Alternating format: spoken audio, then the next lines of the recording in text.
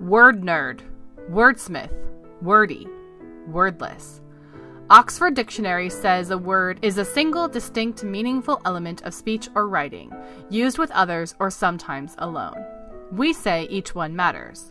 No extra words is literature, minimalist style. And we're getting you right to the story. The Good Samaritan by Mary J. Breen. I've got to tell you about a man I met on the subway today. I was heading downtown to start my Christmas shopping.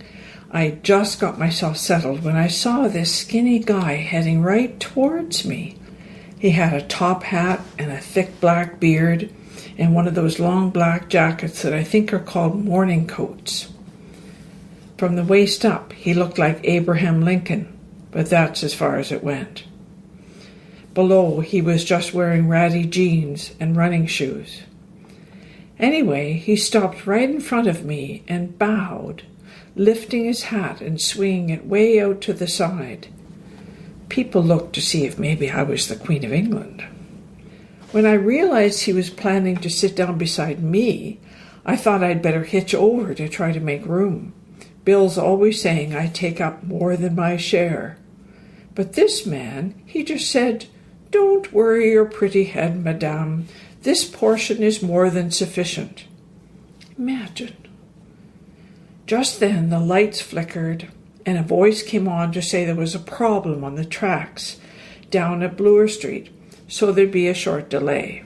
People started groaning and cursing, but the man just smiled at me and said he was in no great hurry.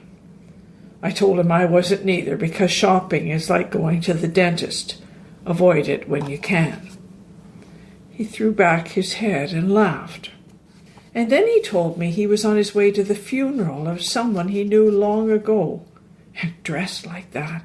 And before I knew it, we were talking away, and I was telling him all kinds of things, like how his nibs never likes the Christmas presents I buy him, and that I'm a bit of a scatterbrain, not to mention a spendthrift, and I'm too fat, and all I've done with my life is make 1,000,000 meals and wash 10 million dishes. Then he said, "My dear, who's been saying such terrible things to you? You are a gem, a veritable jewel." Well, of course I didn't know what to say to that. Then he said, "Some people say, leave 'em lay where Jesus flang 'em. Those people, they just turn and cross to the other side, but not me. I connect." Then he turned and looked me in the eye and said, "When I look at you, I see sadness." I really didn't know what to say to that, and I felt tears pricking behind my eyes. I'm not sure he noticed as he was busy reaching inside his coat.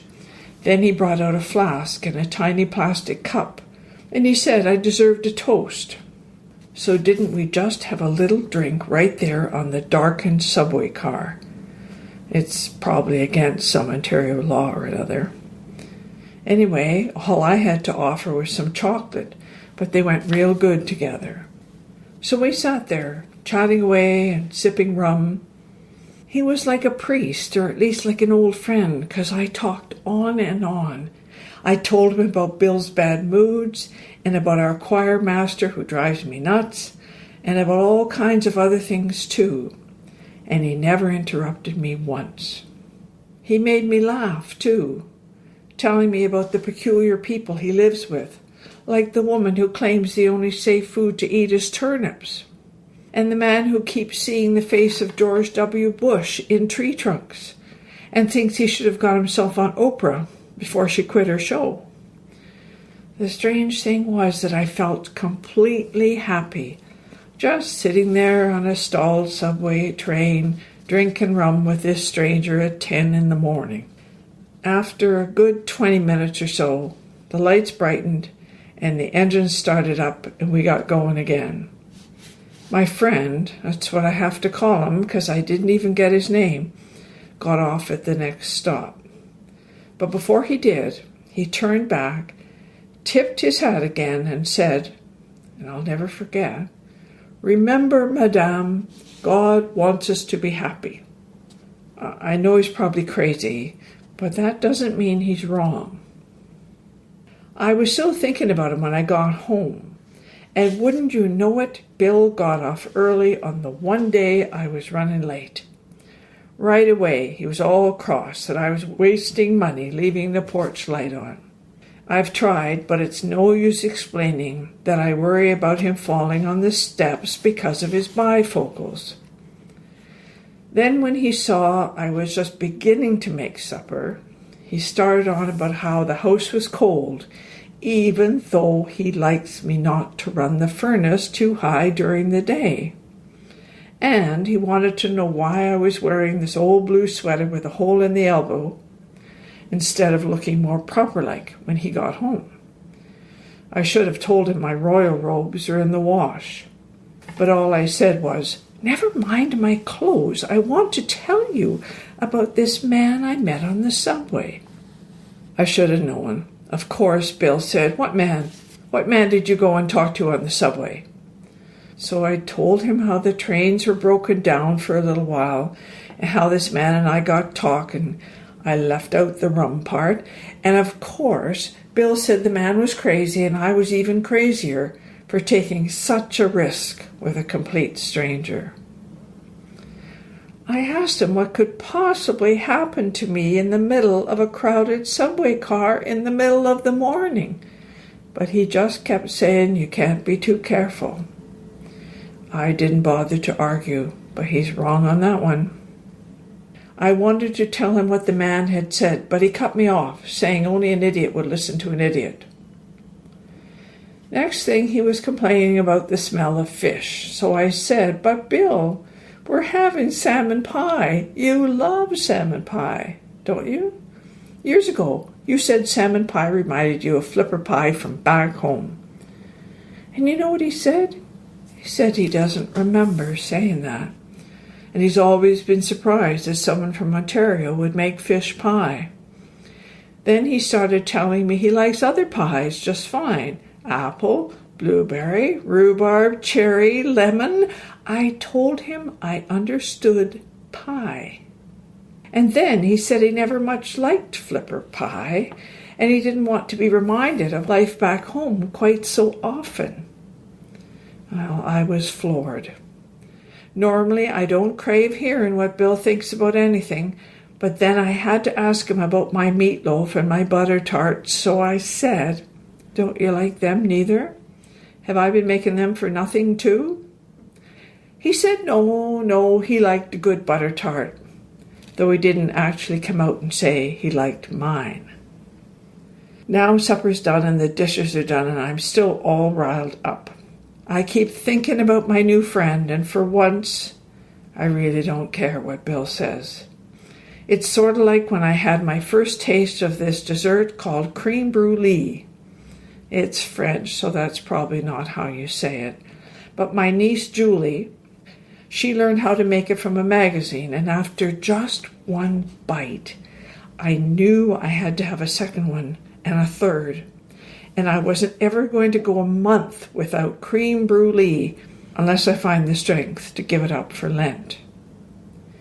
Once you get a glimpse of greener pastures, there's no being happy with thistles and stones.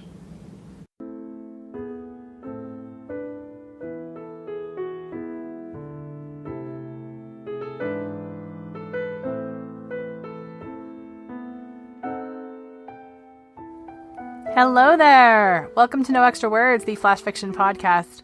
My name is Chris Baker-Dersch. I'm your producer and editor. It's kind of been old home week here at No Extra Words all summer long. I did a count because I was curious.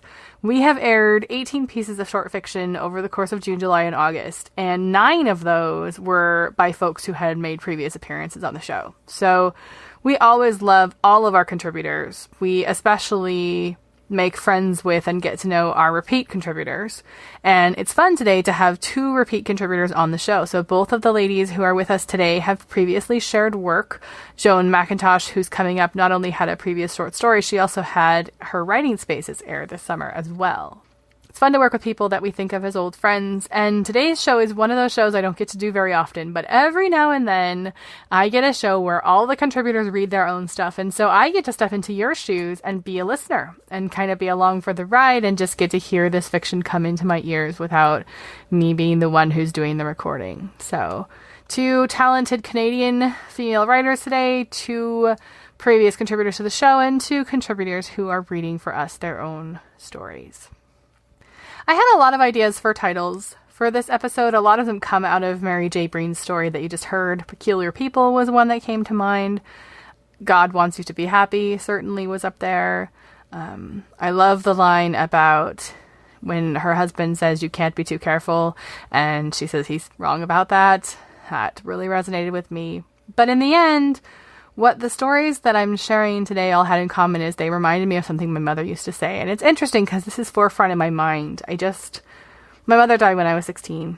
And I just did an interview a couple of days before I recorded this with a podcast that is launching where women who have lost their mothers share the pieces of advice their mothers always gave them.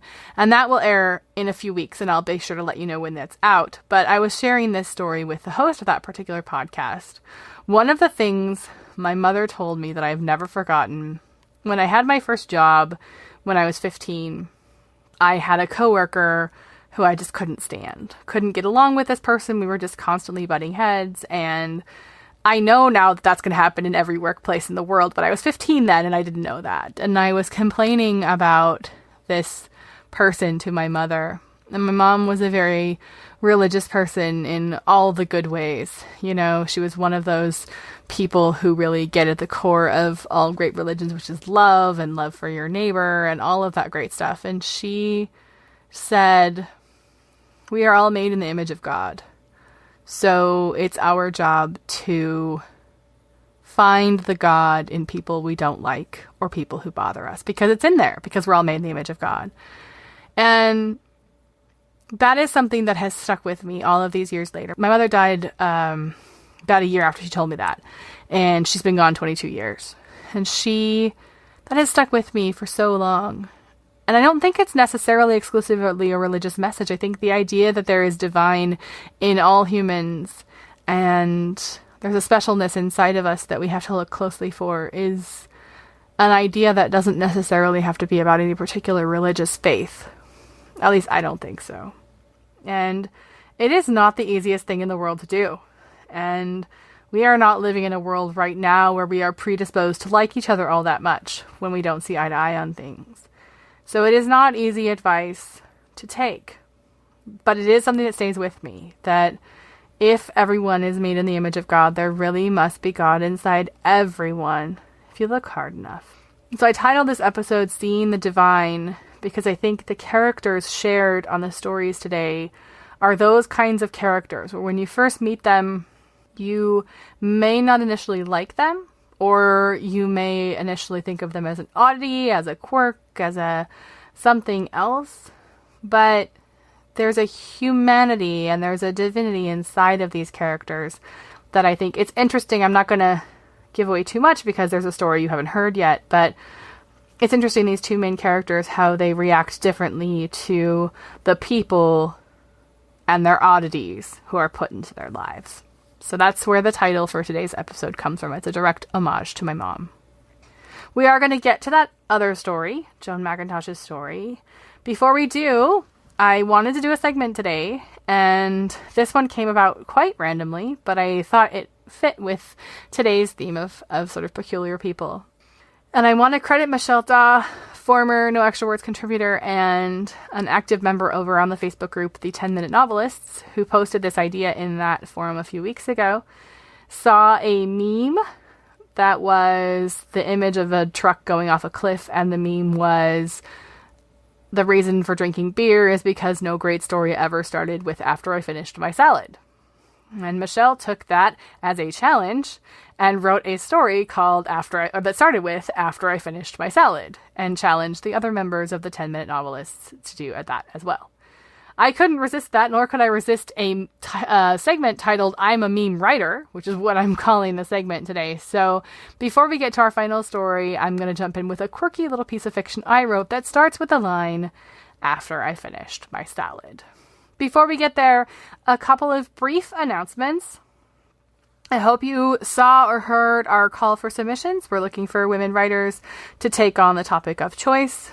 All that information is on the special episode that preceded this one or over on our website. And I hope you've checked out our Patreon page.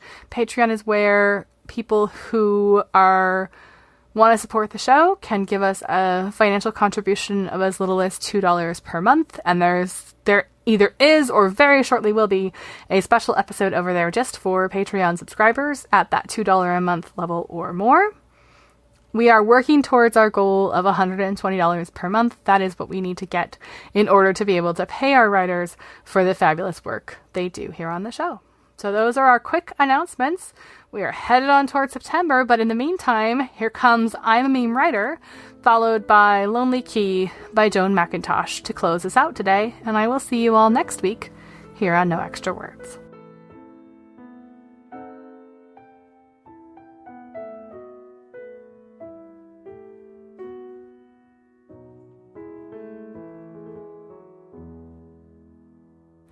After I finished my salad, I was left with the unpleasant task of figuring out how to dispose of the yogurt on my plate. I have a phobia of yogurt. I know, that's weird. It's my one weird thing. Some people can't stand spiders or snakes, some have to hold their breath at yellow lights, and I have a yogurt phobia. It's not just that I dislike yogurt. I mean, obviously I do, but a dislike of something is a fairly easy thing to deal with. If I didn't like yogurt, I would chuck it in the trash and be done with it. No, my thing is I can't stand to smell or touch yogurt. Seeing it is fine, that's not a problem, but having the stuff on me or catching a whiff of it gives me what my grandmother used to call the heebie-jeebies. My skin crawls for hours, I need to climb instantly into the shower. How did the stuff get onto my plate in the first place? Well, that is a good question. It has everything to do with Miss Frankie Callahan.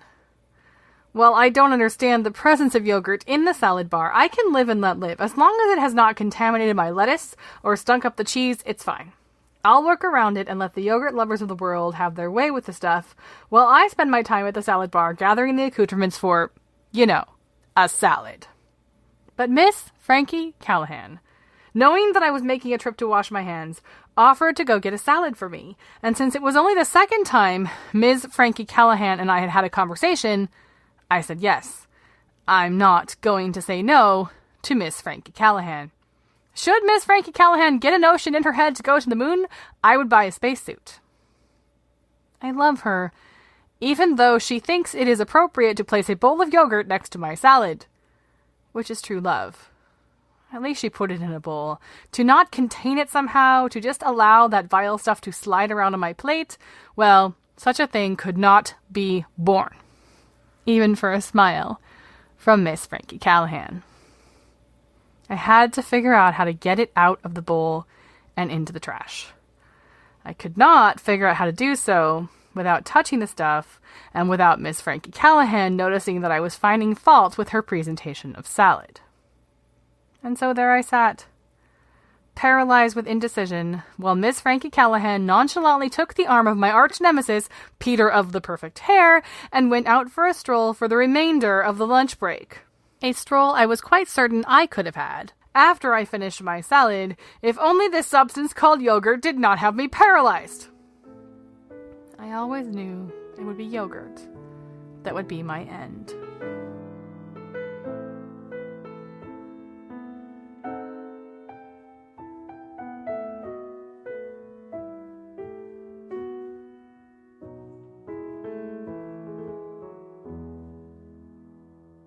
Lonely Key. It's not kept up like it used to be, a voice rang out from the street below. When Carolyn peered out from the third-story window, she could see a group of people looking at the house. This house has gone downhill since the owner's wife died. He's just not looking after it, the voice announced. The speaker's words were so clear that it felt like they were in the same room. Carolyn sank into the couch, under the window, listening. They were talking about this house, she concluded. This house, where she would be staying for the next month. She had already paid the deposit for the room, in cash. The taxi had dropped Carolyn off at 41 Duncan Street after a hot ride from the airport. When she pressed the doorbell, no one answered. The house had 3 stories that loomed above her. There was a feeling of impenetrability about the oak door in dark brick. When the door finally opened, she felt surprised. "I thought you weren't arriving until 4, a wiry man with white hair greeted her. He said he was Peter, the owner. He wore a wrinkled T-shirt and carried a pail and mop. The pail swayed back and forth as they mounted the steps. The stairway was dark and musty-smelling. Finally, they reached the top floor. As they turned the corner, Carolyn glimpsed a bedroom with an unmade bed. They opened another door to a large bedroom under the eaves. "This is your room," Peter announced. A faded towel and washcloth were folded on the dresser. Underneath the slanted roof lay a double bed. Carolyn dropped her suitcase by the door. "Breakfast is served at 8:30, Peter added stiffly, descending the stairs, leaving Carolyn and her suitcase in the front bedroom. Carolyn closed the bedroom door tightly and sank onto the couch. She wished she had followed her instincts when she looked up the place on TripAdvisor. The photos of 41 Duncan Street were grainy and unappealing. The washroom was shared. She had to be at her course at the university at 9 a.m. How could she get there in time if breakfast wasn't until 8:30? His living room looked like a bomb hit it, Carolyn told her table mates, Mary and Nicole, at her course at the university the next day. Mary, a social worker from Toronto, looked sympathetically at Carolyn. At breakfast, a sliding door was half open to the newspaper-littered front room. A serving window was built into the wall between the kitchen and the sunroom. Carolyn could see Peter through the window, hunched over the counter, carefully slicing up kiwi. "You could probably get a room at the Big 8, where I'm staying," Nicole from Sudbury suggested. "It's in the Chinatown Plaza." Carolyn returned to Duncan Street in the late afternoon, mulling over whether to tell Peter that she was leaving after 3 days. She could explain that she needed to be closer to the university. The next morning, Peter joined her at the breakfast table. The coffee was strong and flavorful, just the way Carolyn liked it. She looked away from the piled-up newspapers and blaring TV in the living room. Peter sat across from her, legs crossed, and sandaled feet jiggling gently. "It's upsetting," he mused, "what they've done to the house next door. I don't know if you've noticed, but they've divided it into 10 apartments. My late wife and I bought this house 40 years ago. We fell in love with it. I hate to see those old houses chopped up like that." Looking at her with bright blue eyes under a mussed mop of white hair, Peter added, "I'm going to the pub this afternoon. Would you like to join me?" Carolyn finished her coffee and made her way through the gloomy hallway to the front door. Daylight weakly illuminated a stained glass window. The house exuded stillness and impenetrability. It felt like a mausoleum. She had told Peter that she had to work. She had work to do as an excuse for not going to the pub. He seemed like a nice man, but he was too old for her. Besides, she could never date a man whose house was this messy. On her way back to Duncan Street that afternoon, Carolyn dropped into the Big 8 hotel to look at a room. The suite was on the second floor with a small fridge, microwave, and bathroom. There was a restaurant where guests could help themselves to a breakfast buffet. It was clean, bright, and located across the street from the building where her course was held. Carolyn could come and go with impersonal ease. She booked the room. "You're not staying for breakfast?" Peter asked, when she handed him the key after her third night on Duncan Street. His voice sounded disappointed. She could smell coffee wafting from the kitchen. "No, I have to get to class early," Carolyn explained. She hastily pulled the front door open and lugged her suitcase over the steps into the rain. She put up her umbrella and rolled her suitcase along the sidewalk. The rain was cool and exhilarating. She had successfully left the house, its stagnant air and overwhelming stillness, behind. When she placed the key in Peter's hand, his skin was reddish and wrinkled. He kept his palm open, like he didn't want to take it.